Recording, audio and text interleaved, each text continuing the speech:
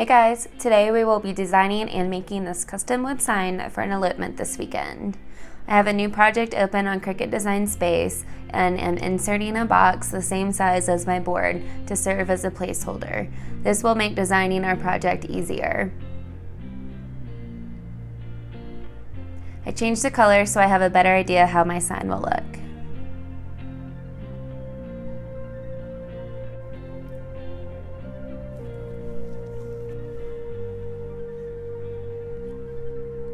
Now I am heading over to Creative Fabrica's font cloud to pick out which font I want to use. Since I have a monthly subscription from them, I have tons and tons of fonts downloaded. I have a pretty good idea. I'm kind of leaning towards the Burson Dream font family since it does include multiple fonts that all look great together, and they're all like really whimsical looking, which is kind of the direction I'm going for this sign.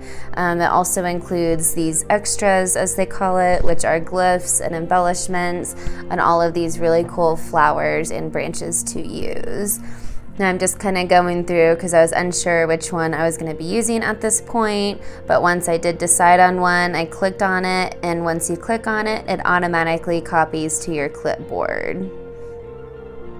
Now this is important because once we head over to Cricut Design Space, we are going to enter in that text, and all we have to do is click on the text box and then you Control V to paste that character in. Now it's going to look like sometimes like just a regular number or a letter, especially with these font packs. It could just be a regular number, but sometimes they are special characters that I have no idea how to type that out on mine. So it's easiest just to go over to the font cloud, copy that to your clipboard from there, and then come over to Cricut Design Space to paste that in.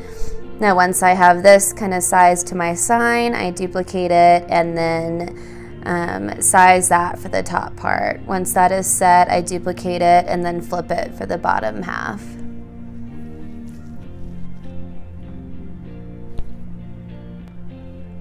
So once you are designing your own projects, definitely take advantage of the tools that are located in the toolbar at the top. The arrange and align function I use for almost every single project. The flip and the rotate is great as well.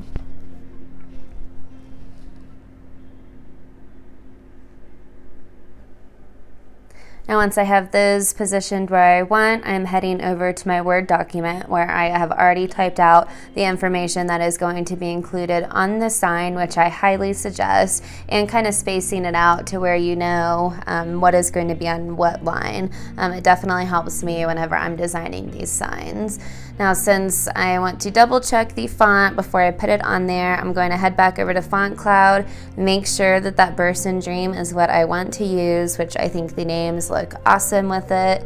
I'm actually going to head on into that font, so I just have to click on the Burson Dream to see all of the letters and the characters that are included with that font. I'm just going to type that in so I can see how it will look, and then just kind of playing around with some of the extra letters and glyphs that they have included, which you guys, with this font, there's literally 13, I believe I counted 13 lowercase A's to use. Like there's 13 of each lowercase letter to use, which is awesome when you want to add letters to the front and to the back of the name, and just go for like all sorts of different looks. So I went with more of a simple one, and then also came down to find the K that matched that same tail, and then all I did was click on it to copy it to my clipboard, and then I pasted it into place on the font cloud so I could preview that.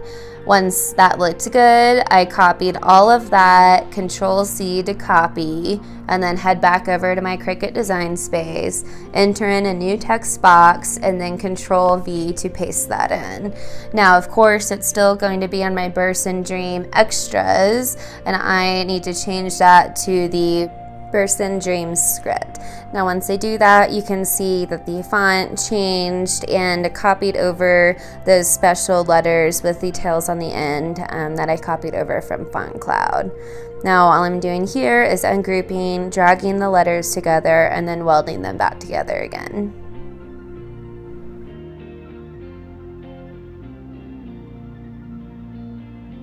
To weld them, just select your whole name or whatever text that you're using and click the weld button. Now that I've done that to both of my names, I just changed the color to white since that is the color vinyl I'm going to be using, just so I have a better idea how it is going to look all together. And just start playing around with the sizing and the placement on your sign. Now I'm not getting this exact quite yet since I do have more text to enter in, so I am going to head back over to my Font Cloud just to make sure that that text looks good with the "we eloped" part. So I'm going to head over to my Word document. I'm actually going to make that an all uppercase, copy that into my Font Cloud so I can see how that looks in the Burson Dream.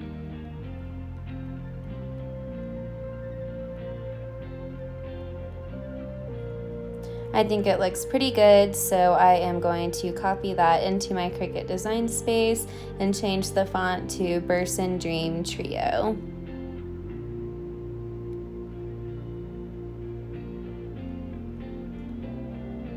I am going to be making some adjustments to this, including the color so it matches the rest, and I am sizing the spacing of the letters down.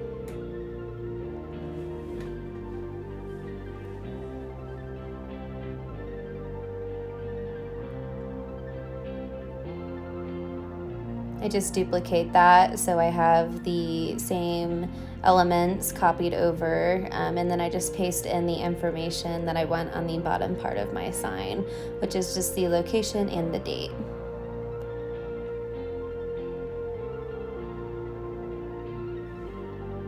I do size the line down to -6 or -6.5.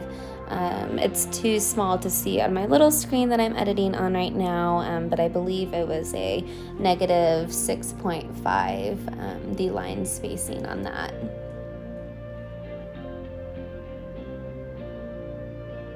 Here I'm just kind of playing around with it, aligning it, see how it looks. I kind of like the care line off center a little bit, and then the "and" symbol to be off center the other way. Now once I have this, the positioning where I want it, I take out that placeholder box, erase that, select all of the text and the characters that I'm going to be including on my sign, and then I weld those together.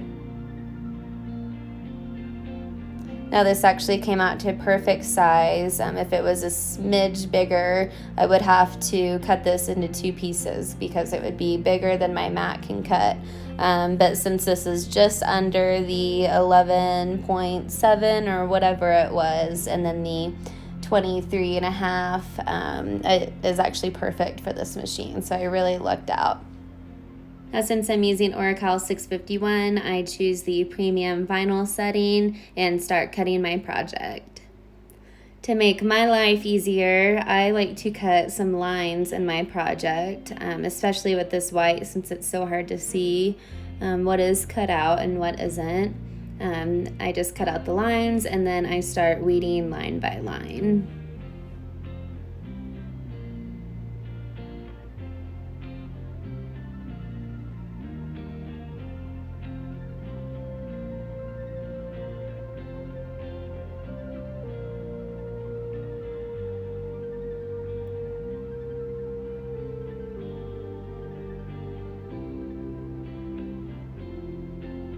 I kind of had a little brain fart there because usually on my first line it says "welcome to," and when I pulled up the WE, I thought that there was an L that was supposed to be there and was missing, and so it took me a second to kind of remember, like, okay, wait a second, we're doing an elopement sign here, not a regular welcome sign. So that was what that pause was for, but we're all good, we're all good. So when I'm working with my transfer tape, I like to pull up just a little bit on the roll, and then I start at the very edge of my project. I place that edge down, and then I slowly unroll it, and then use my large scraper just to make sure that that transfer tape stays flush and down on my project. I just use the Cricut knife to cut off the excess.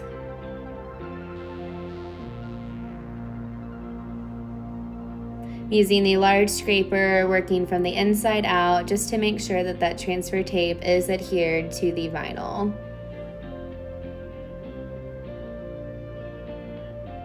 Now I am ready to peel that up from the backing of the vinyl and then place that onto my board. Now once you place this onto the board, you can usually move it around to the position that you want, but of course the first time you lay it down, just get it as close as you can, and then you can usually tug at each corner to kind of get it perfect. But even with this sign, the cut of wood is not perfect all the way up and down. So you can see on the top right, it is a little bit farther right, but that's okay. With all the detail, when you're looking at the project as one, you don't even notice it. I'm just kind of tugging at the sides to get that positioning perfect. Once I have that on there, I am using my Craftopia, the soft side of the scraper, to start working from the middle and working out, just to varnish the vinyl onto the wood board. So sometimes working with stained wood, the vinyl doesn't adhere quite as well like as if it would to a piece of acrylic or something. So I basically use my scraper to create this negative kind of edge to it. So as I'm pulling up the transfer tape, I am pushing that scraper up against it, and it basically just pushes that vinyl onto the board and does not even allow it to come up. I don't have to do that with the whole sign, just on some areas where I have some problems with, and I just don't want the vinyl ripping on this. So I'm just trying to make sure that it's extra nice for this couple.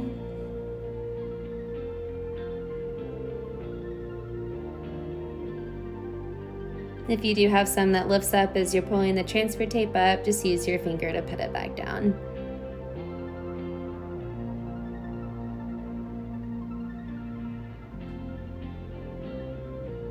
Once I have all of the transfer tape up, I go back over it with my thumb or the palm of my hand just to press all of the vinyl down to make sure that it is actually stuck to the board.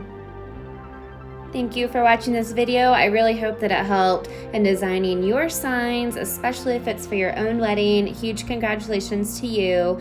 I do have plenty of DIY wedding related videos, so if you enjoyed this video, please give it a thumbs up and make sure to hit that subscribe button.